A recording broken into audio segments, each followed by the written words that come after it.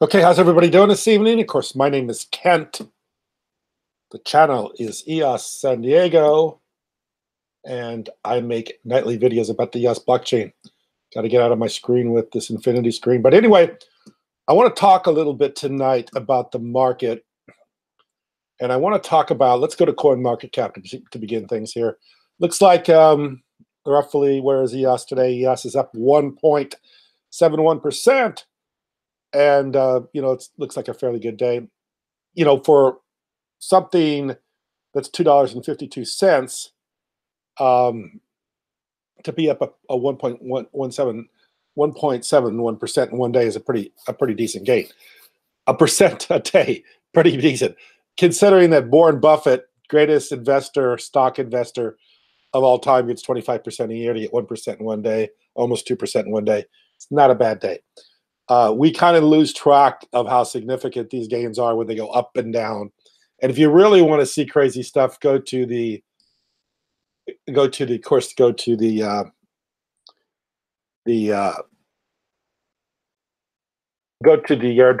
I'll just show you our challenge token real quick. I mean, right now it's down a little bit, but this thing can be up 15, 20, 25% just in a very short period of time. Not that there's a lot of volume here, but these things are going up and down in a very big way. So there's a lot of swing in the market, which gives people an opportunity to make money if they know what they're doing. But what I want to do is I want to talk a little bit about the overall market. I want to talk about the years of the tech bubble, because I was actually in this market in a very big way. I was a heavy investor in tech stocks clear back in the 1990s. In fact, I remember when I started doing day trading, actually to the point where I thought, I don't have to work anymore. All I need to do is trade my tech stocks all day long, because I can make so much money doing this. I don't ever need to work again. And that was really kind of a nice feeling to think you could do that. But of course, it didn't last very long. Things went away pretty quickly. But I just want to give you an overall perspective of what was going on. But I just want to let you know I was involved with this. So I was very, very interested in it. The overall tech bubble was a number of years. I actually started here about 1995. So we went 95, 96, 97, 98, 99, 2000, 2001. And even after 2001, it went up a couple of times. But so overall, you're looking from 95, you're looking at 1, 2, 3, 4, 5, 6 years of steady increase. 6 years.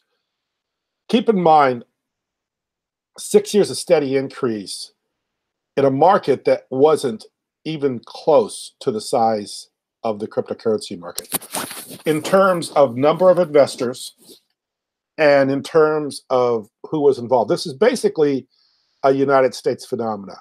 This was basically upper middle class people that were playing these tech stocks. There were a lot of people that were pretty well educated. They understood what was going on with the technology market, and they could understand that the new wave of what was happening was going to be technology. Internet was really coming about. A lot of internet stocks were taking up. And not that a lot of these internet stocks made it, much like the ICOs are doing today. In fact, I can go back and look at what I was invested in at the time, and a lot of what I was invested in at the time didn't ever make it. But the point I'm trying to make is there was about 7, 8 years of a run here. So 96, 1, 2, 3, 4, 5, 6, probably 6, 7 years of a run here. From where it took off, from the time there's a pretty steady run for about 7 years, 6, 7 years. I want to show you Bitcoin really briefly. Bitcoin's really had only a very small run. It actually took off late December 16, and it kind of was for about a year. It did something, and now it's kind of looking like it's tailing back. 17, 18, and 19 looks like we're going down. I don't even think that what you're seeing here on this Bitcoin chart, I don't even think registers on this chart.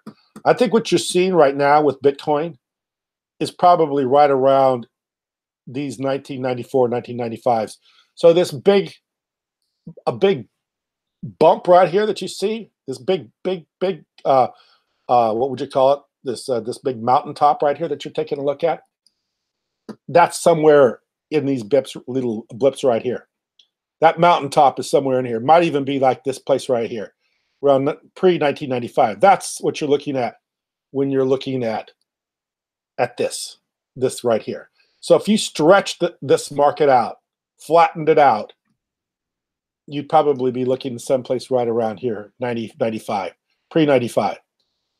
I think what you're looking at with the Bitcoin and with the cryptocurrencies is this incredible increase. And the reason I'm saying that is because it took a number of years without as many investors, without as much capital, without as many areas of the world trading or as many people trading. It took this many years for it to reach a top. It took 90, 95, 96, 97, 98, 99, 2000, 2001. Took this many years for it to really reach a top. We are still back here, 94, 95. In Bitcoin and cryptocurrencies. We're somewhere in this area right here. We haven't even come close. That's why when people talk about $200,000 Bitcoin, $300,000 Bitcoin, this is what they're talking about. They're talking about these tops that we haven't even seen yet. And the reason I'm saying these tops are yet to come is because this took a number of years to happen. Bitcoin isn't done in 1 year. 1 year of a top of 18,000 isn't even close to what this market's going to be. This market's just starting out. This market is in its infancies. This little, this little breakout we've had with a little bit of market increase isn't even registering on this yet. We're not even registering yet. We're not even showing up on this larger scale, on this larger graph, because it takes so many years for these markets to mature. It took all these years, basically from 2000, 2001, back to 95, 6, 7 years for this to mature. Bitcoin has not had a chance to mature. Bitcoin hasn't even had a chance to get started, and Bitcoin controls the market. So what we're looking at right now is we're looking at the very beginnings of a market that's going to be like this. It's going to go on for maybe 8 or 10 years, and it's going to reach tops up in this kind of levels for a number of years. When you see Bitcoin climb year after year after year after year without hardly any downturn, then we're actually the market's actually going where it's intended to go. That the market isn't just over with. This is just beginning. Because of my years with dealing with the stock market and seeing how long it takes for markets to mature, how long it takes for people to understand what's going on, and for people to get involved. These just don't happen in 6 months to a year's time. It takes many, many more years. And of course, in my experience of talking to people, listening to people, and understanding how familiar people are with Bitcoin and cryptocurrencies, the majority of people in the United States aren't even close to understanding, let alone the majority of the people in the world. That's why I like making these videos, because I know every day somebody new is watching this video and trying to understand the cryptocurrency market. Everybody knew. Right now, what we are in EOS, we're a small community, mainly developers, a small community of people that probably were interested in a libertarian point of view, maybe people that were gold and silver kind of people, and that people just that kind of gravitated towards cryptocurrencies because they wanted, they wanted another way to get around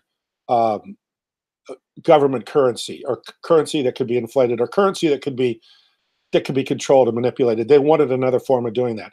And of course, then the other people that are involved with it are the people that were in the computer development business, like myself. We were basically computer developers, website developers, developers of software for inventory purposes and stuff like that. That's what we were. That's how we got into this. As we got into it by being developers. I wasn't a gamer, although I was a stockbroker, there was a lot of things I didn't know about this. I didn't come to it from a libertarian point of view. My son did. My son was a libertarian. He came into it from that point of view. I came from the technology side of it because I found it very interesting, and I wanted to learn a little bit more about how the blockchain worked and how it worked internally and how it worked as far as putting stuff on the blockchain. How do you actually open up a node? How do you actually put things on the blockchain? How can you actually, do something on the blockchain? So the people that are involved with this right now aren't the majority of people, aren't the mainstream majority of people. It's a few very small, very, very small group of people that understand this, that know about this. This has got to grow to a lot more people. As we go to more people, you're going to see this thing take off like this graph, like this graph. It's going to be going to be years for this thing to reach out its top. It's going to be years for it to top out. It's not going to be just something really short like this Bitcoin thing was. It's going to be years. It's going to be years to top out. So there's a long, long, long future ahead of this. I think a very prosperous future ahead of this. I think a future that's going to bring in a lot more people. And we don't have any idea how far this will go. I think this is going to go a long way. And I think by the time we're all said and done, almost everything's going to be on the blockchain. Blockchain technology is going to control most of what happens on the internet. Simply because it's a superior way of putting things on the internet. It's a more transparent way of putting things on the internet.